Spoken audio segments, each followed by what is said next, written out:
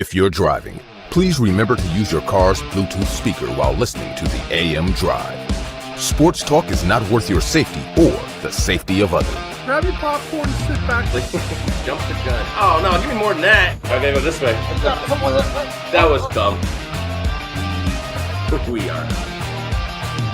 How could I tell you when nobody wants to? Your fatal words I will choke. Woo-wee! Happy Friday to everyone in the sports universe.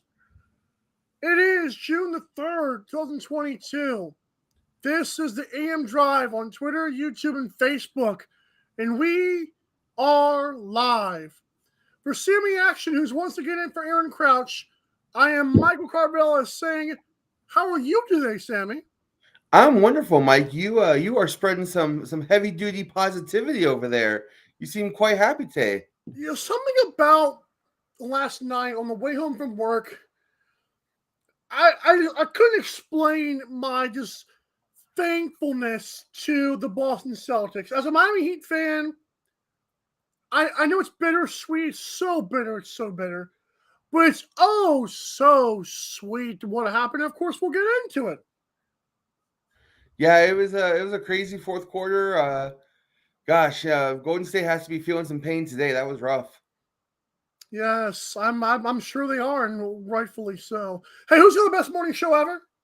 These guys. These guys, including Aaron too, the ghost of Aaron, that is. If you want the best morning show merchandise, it's really low price, by the way. Go to amdrive.online. Get yourself a shirt like this, a mug, you name it, it's there. I'm gonna put this right here. That looks a lot better, but there we go. Cool. amdrive.online, best morning show, lowest price and merchandise. So let's get into it. The Celtics rallied to beat the Warriors in game one. And Sammy, give me about 3 minutes, all right? Just real quick. All right, ready for this? Go for it. Okay. Last night, game one, for the first time ever in San Francisco, the NBA Finals was there. First time ever. This goes back to like the 50s and 60s, okay? The Warriors are at home. They're flying on all cylinders. Steph Curry makes 6 3-pointers in the first quarter, and boy, does he look good. I was tweeting out, man, Steph has been amazing. Man, they can't guard Steph. What's going on? This And then we forget what Steph Curry does in crunch time of NBA Finals games. Because last night, he looked like he wanted to change the narrative, that he is a clutch performer, that he can be an NBA Finals MVP. Scored 34 points. Good job for Stephen Curry. I don't care. Didn't matter. That's what the Warriors fans told LeBron fans. So I'm shoving it right back in your ugly gold and blue faces, okay? That includes Tyler Valdez, who unfollowed me from 12 Ounce Sports and just said peace out to everyone. How about peace out to Warriors fans this morning? How about that? I want all the smoke from everybody. Because here's the thing, Sammy. Steph Curry is 6'3" or 6'2". He's an undersized point. He's my height, undersized, takes circus 3-pointers, which do not work in big games, by the way. When the game slows down, those do not work. You must take good shots. And then, of course, he cannot pass out of a double team. He's the point guard who doesn't know how to pass. And he choked, and he gagged, and he suffocated. All on the big stage, all by himself. It was fantastic. Wonderful night. Wonderful night. I want all the smoke this morning. I hope it's golden blue. I got myself a pack of Curry 100s last night. Oh, wham! Things are hitting good. Go ahead, Sammy.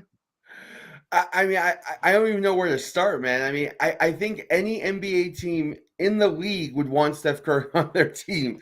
And I just, man, it's such a tough take to follow because Steph Curry's a Hall of Famer. He's one of the greatest players to ever play the game. We literally on this show talked about if he wins Finals MVP, what will his legacy be in regards to being a top 5 player of all time? And so this soapbox seems very prisoner of the moment to me.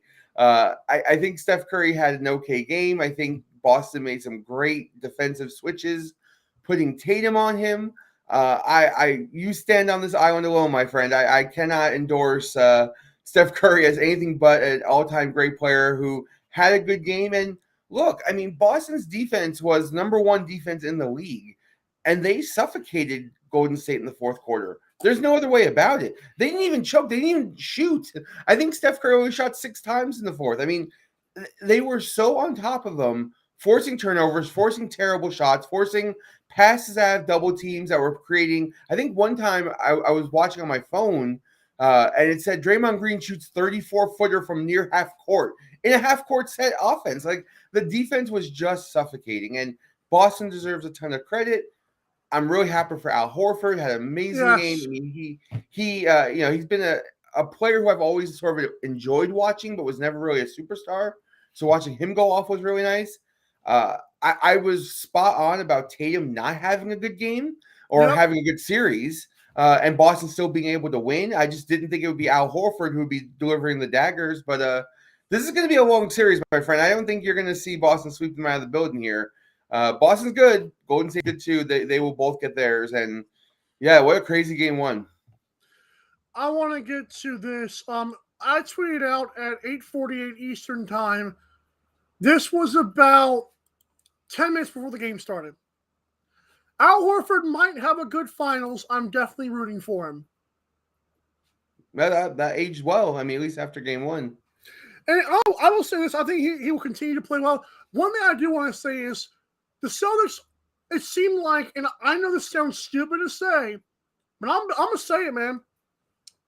It feels like the Celtics were saying, Steph, you can take your shots, but always Klay Thompson and Jordan Pools, they're not going to come over here and bury us. Like Steph, like there were times like Steph was open, and it almost like the Celtics were living with that.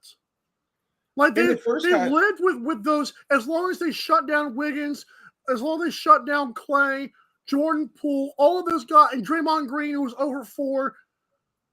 It seemed like they were living with Steph Curry. Now I'm fine with that. I'm fine with that. I mean, in the first half, you're right. Steph had plenty of open looks. I was very off on how well Marcus Smart would guard him. And I think the coaching staff of Boston realized it too. And that's why they made that switch in the second half. He did not get great looks in the second half. I think he only had 1 3-pointer in the whole second half. I mean, he didn't have the same open looks. The defense was suffocating, man. I mean, it's hard to say a game that they scored 120, the total was 220 something, that the defenses were good. But if you watch the game, man, Boston was just everywhere. They were suffocating. It was very impressive, the halftime adjustments. Ime Udoka is turning out to be a Grand Slam hire by Brad Stevens. Yeah, he's been great. He is going through he's going through the Nets, the Bucks, and the Heat, and like his first run at this. It's one of the most impressive things I've ever seen in my life. And this is not just a spark in the bottle kind of thing. This is like a good team and a good coach that's going to be here for a while. But they were talking about breaking up this core of Tatum and Brown. And now that they just stole game one, and Golden State, they better win game. I don't think they will, because Golden State did control about 3.5 quarters of that game. But Boston won at halftime. That's what blew my mind. Golden State was killing them all night long, and Boston won at halftime, and Boston won the game. It doesn't make any sense. Yeah, Boston wasn't out of it in the first half. They looked out of it in the third quarter. The Warriors are the best third quarter team in basketball. This is a narrative we've had for almost a decade now. Yep. They come out after half and make great adjustments, but Boston counterpunched in that fourth quarter. Yes. They took those adjustments and used them against the Warriors in magnificent fashion. And look, the mark of a great team is the ability to win on the road. All teams win at home. Yeah, that's just standard in every sport, right? But Boston has proven they can win game 7s on the road. They can win big games on the road. Going into California cross country from where they were and 2 days ago, yeah. Yeah, I mean, their legs were fresher at the end of that game, and they played well. And you know as well as I do, we watched enough NBA. When you start missing shots, the basket gets a little bit smaller, and the pressure starts to ramp up. And it just seemed to cascade on top of Golden State, possession after possession. And in the end, wow, 14-0 run before they even hit a layup with a minute to go just to stem the tide. It was a crazy performance, and one I don't think we'll see duplicated this year. So for once, the basketball game was better than the hockey game. Yeah, that was good. Boston did not lay down, and it was wonderful to see because we've been waiting for this all playoffs long. A good game. We had a few early, but then the last 2 rounds have been kind of they were terrible because the Grizzlies lost John Morant. The Mavericks couldn't do anything. They couldn't hit a shot. The Heat, of course, were just all banged up and beaten to hell. This is great. These are the 2 best teams left, and I'm excited. I honestly think it's going to be a long series, but man, did I feel good this morning and last night. Well, enjoy that feeling, my friend. It's going to be the next game is what, Sunday? So you have a couple days to bask in your glory. That's right. Unfortunately, we don't have a show till Monday, so billionaire LeBron James, NBA superstar, per Forbes, is officially a billionaire. Thoughts on this quickly? Yeah, congratulations to LeBron. I mean, it's a marquee thing to be able to say. Certainly well earned, well deserved. Here's a guy who has no scandals in his life, no extramarital affairs. As far as we know, yes, I agree. Yeah, I mean, as far as it's ever come out, I mean, he's done things the right way. He's been an upstanding citizen. He's done good things for his community. So this is a great person to have the flag in this area. I'm happy for him, and I like rooting for him. So for those who hate LeBron, this will just be another thing they can hate on. But for those of us who respect him, I'm happy for him. He well deserved. Right, and I'm actually surprised he actually took this long because I could have swore he already was, but apparently now he's official. Whatever. So. When we come back, we are talking hockey and what the heck happened to the Oilers. Also, NFL True False, Part 3. We'll be right back. The AM Drive with Mike and Aaron might be the best morning show ever. If you love the show, shop the merchandise. For $26 hoodies, $16 shirts, even $13 mugs. High quality swag for cheap because Mike and Aaron love the fans. The best morning show, the lowest price merch at amdrive.online. This is Popple, the next generation business card. With just a tap, your Popple instantly shares your digital business card to both iPhone and Android devices. The best part? The other person doesn't need an app or a Popple to receive your info. To pop your info, tap your Popple to the top of an iPhone, the center of an Android, or just scan your in-app QR code. And just like that, all your info is saved to their phone. More connections, more leads, more sales. That's Popple. Download our free app and get your Popple today. Aren't you the Vice Golf guy? Yeah. You want an autograph? Yeah. Actually, I was just wondering if the balls are any good. The balls are amazing. You look like a Pro Plus guy. I thought you'd never ask. It's actually better than my old ball. And it's half the price. Top performing golf ball, half the price. It's almost stealing. Quit searching the globe and get your high-performing golf balls at vicegolf.com. Fanatics.com, the world's largest collection of officially licensed fan gear from all the leagues, teams, and players you love. Shop now and get today's special offer. Fanatics.com, officially licensed everything.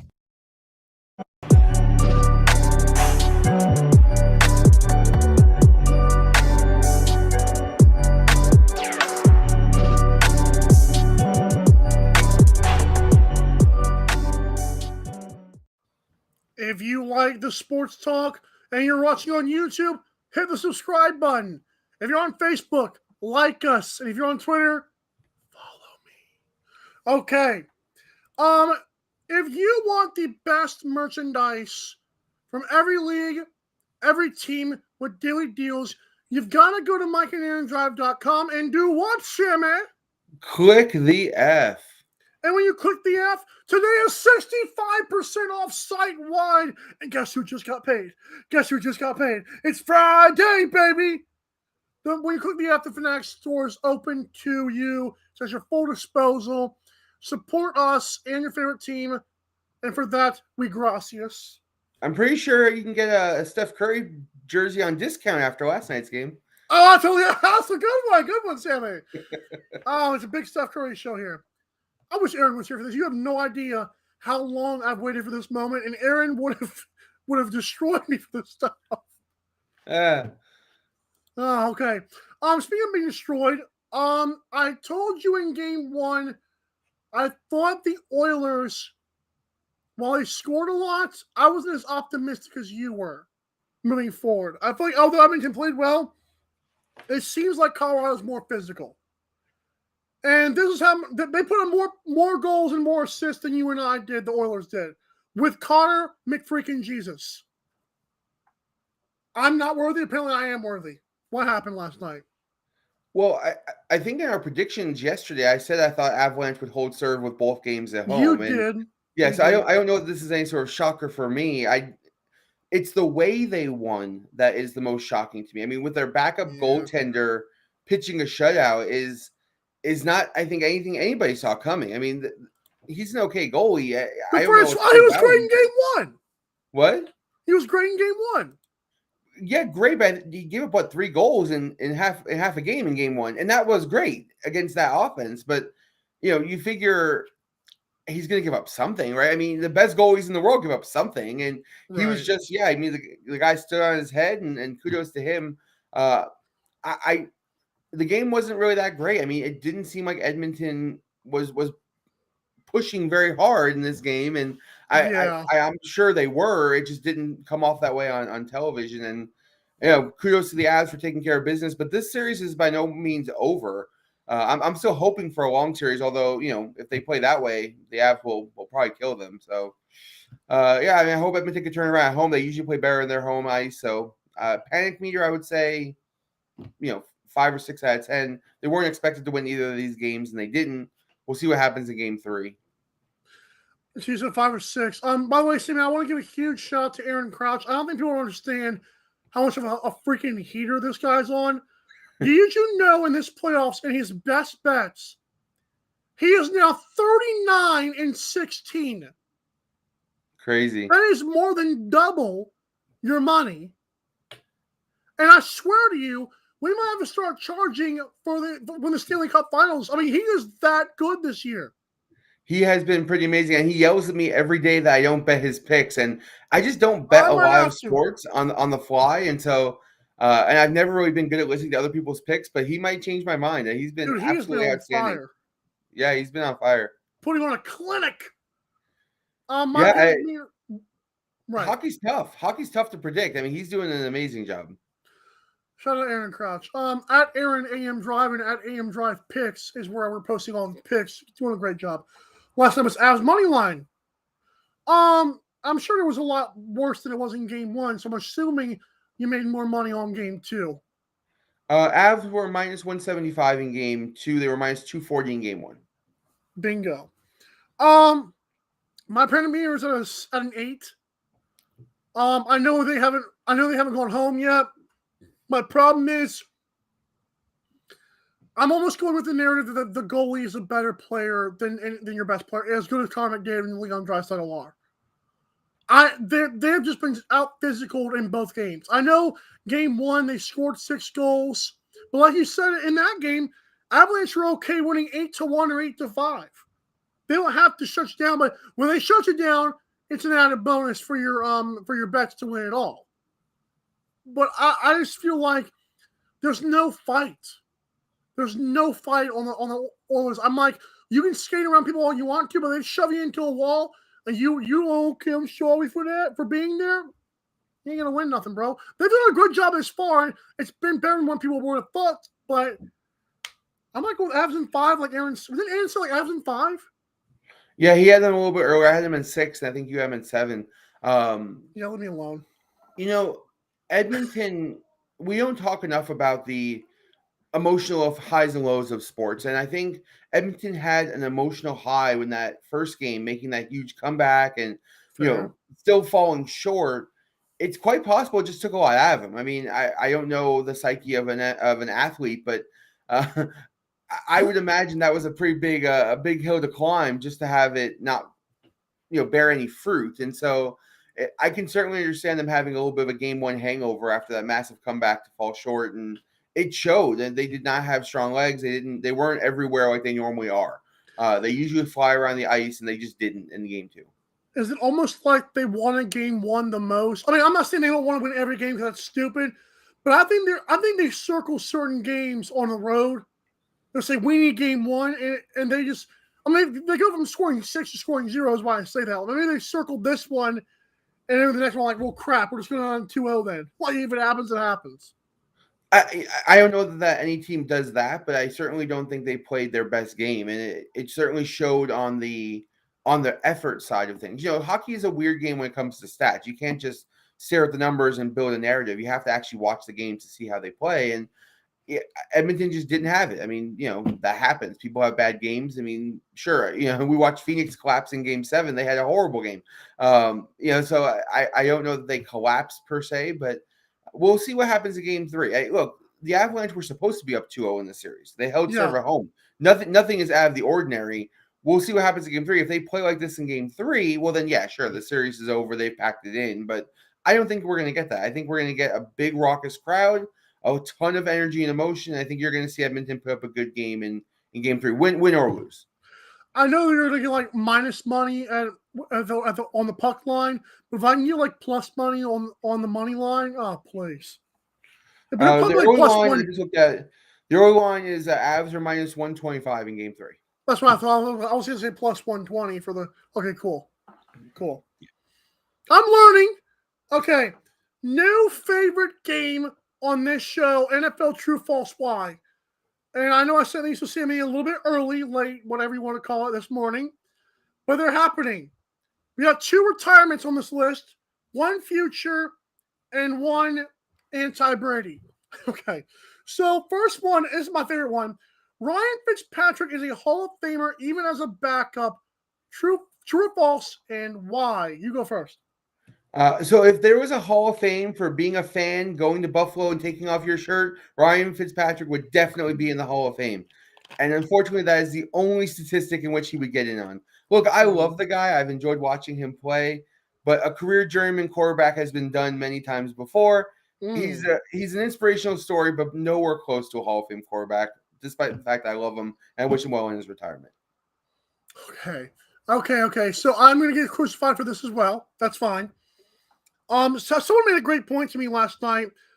They said Mike, quote, is one of those guys that is like a Draymond Green or a Brad Marchand. You hate it when he's not on your team. You love him when he is. I'll take that.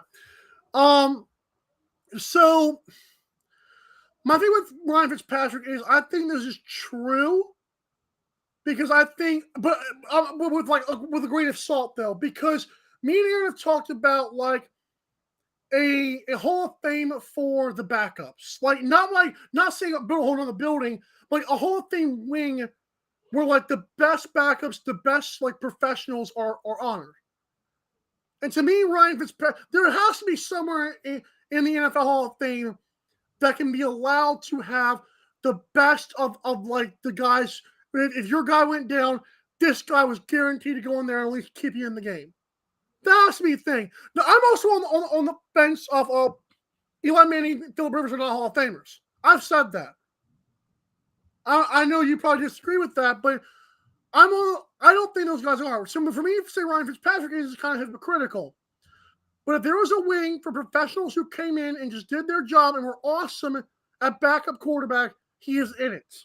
And it has to be honored somehow, some way. Maybe like the Ryan Fitzpatrick Backup Award. I don't care.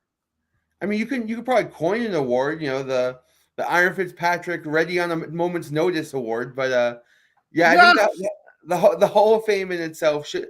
I personally believe the Hall of Fame should be held for the greatest of the greatest, right? Like the best of the best. And I think Ryan Fitzpatrick is a good player. He was a decent backup. I mean, I have nothing bad to say about the guy. He's just not a Hall of Fame level. I know. He's all shucks good for you. I know. You have to do something super special to be in the Hall of Fame. It shouldn't just be like he didn't even play that long, despite the fact that we think he's played forever. I mean, he played for a lot of teams, Josh Johnson signing has too. contracts. He'd be in the Hall of Fame of signing the most contract or the most one-year deals. But yeah, he didn't do anything special to deserve that sort of consideration. Despite, again, me liking him as a person and as a fan, no way for me. I agree with you on that point. So let's get to this for a guy who will make the Hall of Fame, but to me, he is not a Hall of Famer, Frank Gore. Frank Gore is like the Phillip Rivers of the world. He was always there, always starting, but never really made the wow moments or the what if even Marshawn Lynch had the Beastquake run, right? What the hell did Frank Gore? I love Frank Gore. He was a Colt for like a year or two. Long time running back, never had anything bad to say. Looks like he might have 20,000 concussions, but he is a beast of a player, and nothing but respect for him. But I don't have enough respect to put him in the Hall of Fame. I know he's like third or fourth all time in rushing yards. It's like the Phillip Rivers argument. Why? Why are we doing here? Well, let me see if I can wow you with one stat from Frank Gore. Maybe that will change your mind. Go ahead. What is the average shelf life of an NFL running back? How many years does an NFL running back on average play in the NFL? Yeah, 4 years. Is it 4? I was good. Yeah, Okay, cool. it is 4 years. How many years did Frank Gore play? 11. I mean, he's 38. He came in the league at 22. Right. Oh, whoa! Is it more? Is it like 15 or whatever? 12? Yeah. So if you don't say wow to that, to a guy having that kind of shelf life, longevity, shelf life, avoiding injury, being able to stay on the field, and not just be a backup running back. I mean, he was a productive starter for his whole career. It's just not something we see, right? The best NFL running backs play for 10 years, maybe. I mean, Barry Sanders played for 10 years. I think Emmitt Smith played for 12 years. This guy outlasted them all. I mean, in my list of NFL players who are vampires, he's probably number 2 or 3 behind Tom Brady, right? Like, the guy just lived forever and never got hurt and kept playing.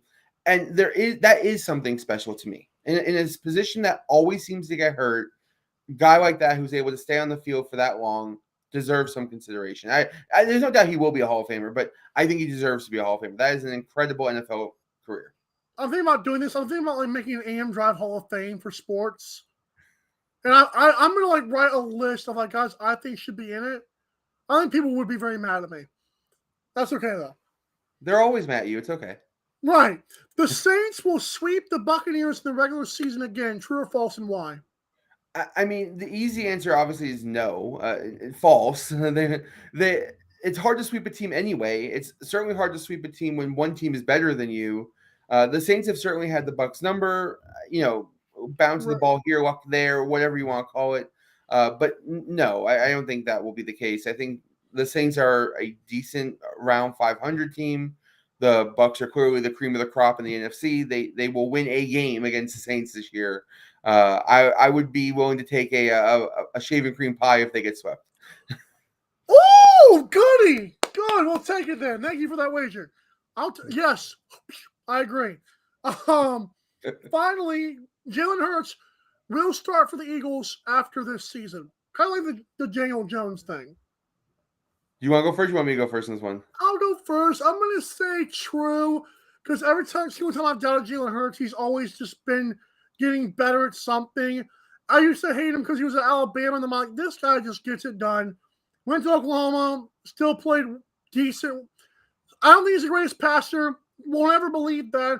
But he's the greatest. He's a great teammate. I think that counts for something because he wants to always get better.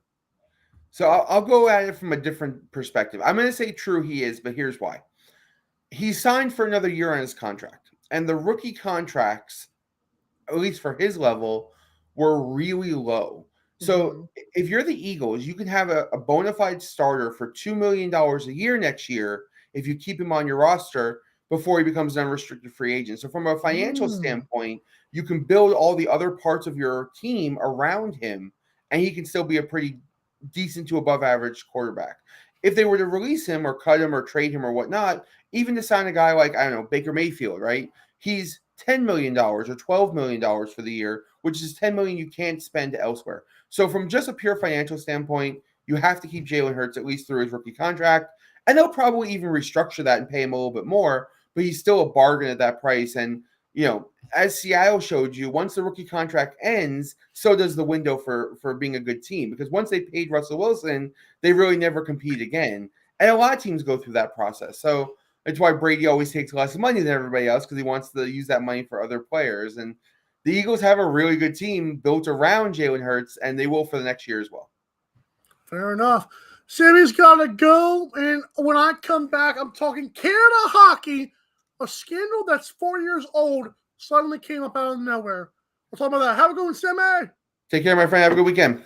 Yes, sir. You too. The AM Drive with Mike and Aaron might be the best morning show ever. If you love the show, shop the merchandise for $26 hoodies, $16 shirts, even $13 mugs. High quality swag for cheap because Mike and Aaron love the fans. The best morning show, the lowest price merch at amdrive.online. This is Popple, the next generation business card. With just a tap, your Popple instantly shares your digital business card to both iPhone and Android devices. The best part? The other person doesn't need an app or a Popple to receive your info. To pop your info, tap your Popple to the top of an iPhone, the center of an Android, or just scan your in-app QR code. And just like that, all your info is saved to their phone. More connections, more leads, more sales. That's Popple. Download our free app and get your Popple today. Aren't you the Vice Golf guy? Yeah, you want an autograph? Yeah. Actually, I was just wondering if the balls are any good. The balls are amazing. You look like a Pro Plus guy. I thought you'd never ask. It's actually better than my old ball. And it's half the price. Top performing golf ball, half the price. It's almost stealing. Quit searching the globe and get your high-performing golf balls at vicegolf.com. Fanatics.com, the world's largest collection of officially licensed fan gear from all the leagues, teams, and players you love. Shop now and get today's special offer. Fanatics.com, officially licensed everything.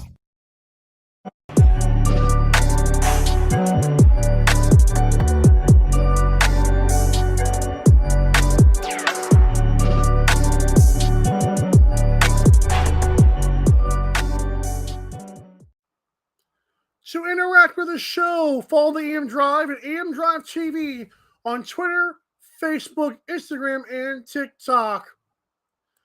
Also, today's special offer is 65% off site-wide, so go to mikeandaarondrive.com and click the Fanatics logo today. Support the show and your favorite team right now. I want to get to this. A hockey scandal that is 4 years in the making and was 4 years under the rug. The 2018 World Junior Hockey Team of Canada apparently sexually assaulted a girl who was identified as EM in court records. She says she was intoxicated in a London, Ontario hotel room following an event honoring the gold medal winning junior team. She's now 24 years old. But there are quite a few quotes from this I want to tell you guys that are pretty scary to read. The sports minister, I believe is who this is, Pascal Saint-Onge, said she was shocked and angry and said an investigation will be carried out to ensure public funds were not used in an out-of-court settlement to cover up the story. Someone also said, how do we learn about this 4 years after the fact? Have we covered up charges of sex scandal allegations involving Hockey Canada players? This is not good. This is not good. It might become a gigantic story. And so I thought I'd go ahead and give my take on it. I've said this before on my old show on 12 on Sports, my Mike said it first show. I've said before, it was the Washington football team at the time, when they had some scandal going on. And actually, the scandal was still going on. And all these reporters came out, all these insiders who were always in the locker room came out and said, oh, this is terrible. This is all. Let me read this quote one more time for you guys.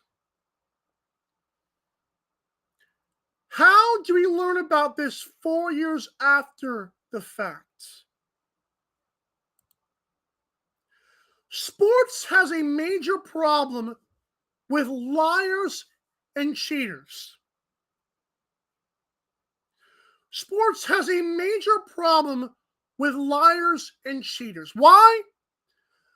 Because so many times when one of these awful stories comes out about some girl being drugged or drunk, getting assaulted by team members, oh, it's terrible, it's horrible. Why didn't you report it before? Because of the Washington Commanders thing, all these reporters, I would never allow. Yes, you would. You allowed it, and also leaked the information. Don't condemn it now. There's no way in a burning hell that the Canada sports minister had absolutely no idea that there was a huge settlement for this girl. There's no way on this blue earth that happened under your watch and you had no idea. You're lying. And you're cheating the public by saying, oh, how dare they cover this up? How do you not know that?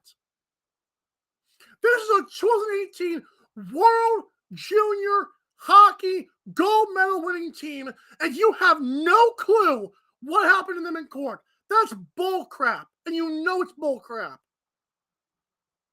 I am so sick of all these sports leagues, all these sports owners, these billionaires who pretend like this is just horrible thinking. You all do it.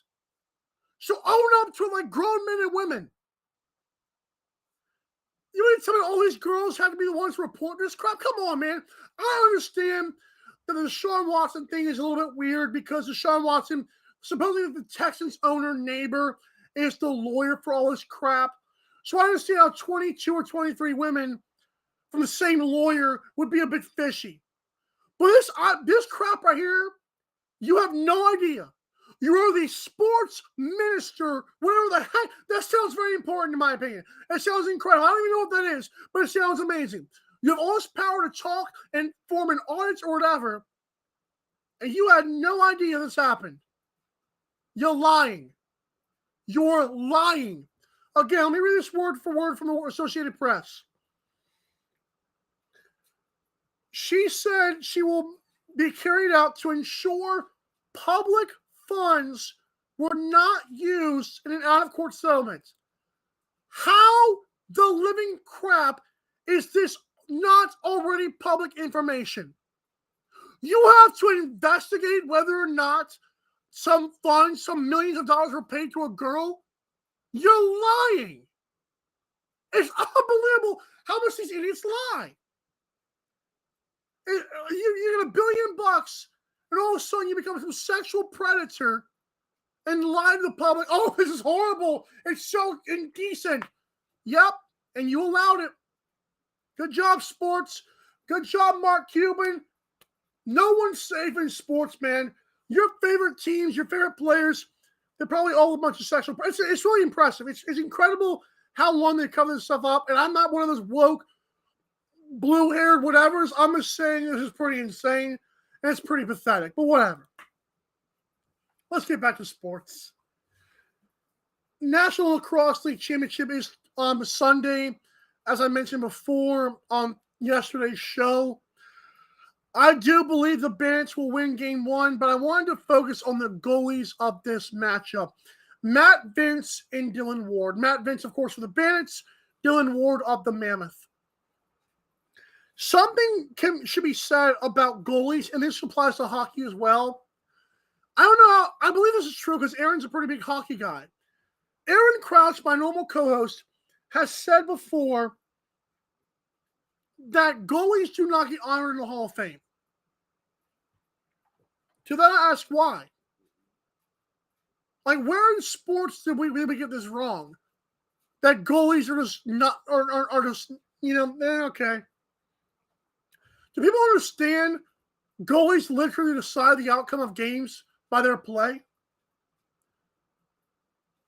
Last night, the Avalanche goalie, the backup goalie, shut out Connor McDavid, Leon Draisaitl, and Evander Kane, who literally played for the same Edmonton Oilers team. They got nothing on a backup goalie.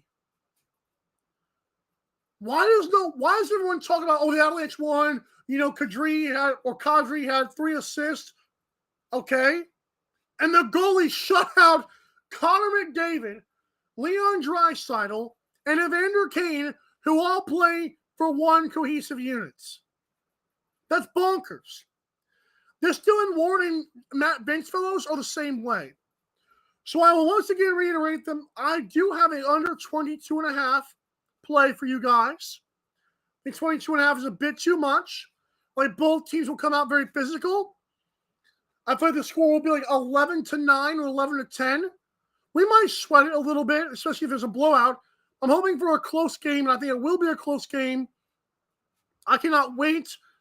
I think there will be some amazing goals, but I do think Matt Vincent and Dylan Ward are going to put on an NL Finals for the ages, despite all the amazing offensive talent in the National Lacrosse League. But I think goalies deserve way more credit. I'm a new lacrosse, I've liked lacrosse for a while, but I'm a new lacrosse and hockey fan. And the more I get into this stuff, the more I'm like, man, goalies get such a bad rap, man. So remember, Mammoth at Bandits, Colorado at Buffalo, Game 1 on Sunday on ESPN+. And by the way, what is it with the Denver Broncos shouting out the Colorado Avalanche when the Colorado Mammoth are only in the championship game? Well, yeah, the Avalanche are in the Western Conference Finals of the Stanley Cup playoffs. That's wonderful and all. But what about the team that's already made it? More respect to lacrosse, please, and thank you. Have a great weekend, everybody. Be sure to subscribe to the AM Drive on YouTube. Search AM Drive with Mike and Aaron. We're up to 22 subscribers. And for that, thank you all. I know a lot of you guys are in Vegas. Shout out Vegas. Actually, I want to make a trip there very soon. I want to save up. I've never had a personal vacation. I think I've earned it. So I'm going to try to do that soon. Try to meet some of you guys. Thanks so much for always tuning in. Thanks to Aaron Crouch and Simi Action, who put up with my bull jive every single Monday through Friday. Thanks, Sammy, for filling in. And Aaron, I hope you're doing well. This ticker from Restream is absolutely incredible. Go to restream.io if you want to start broadcasting your podcast or whatever. It's really cool. They just added this week. It's an amazing thing. But yeah, I hope you guys have a great weekend. Like I said, enjoy the NBA Finals Game 2 on Sunday. Enjoy hockey this weekend. For Aaron Crouch and Simi Action, I am Michael Carvas saying it's so long and drive safe, won't you?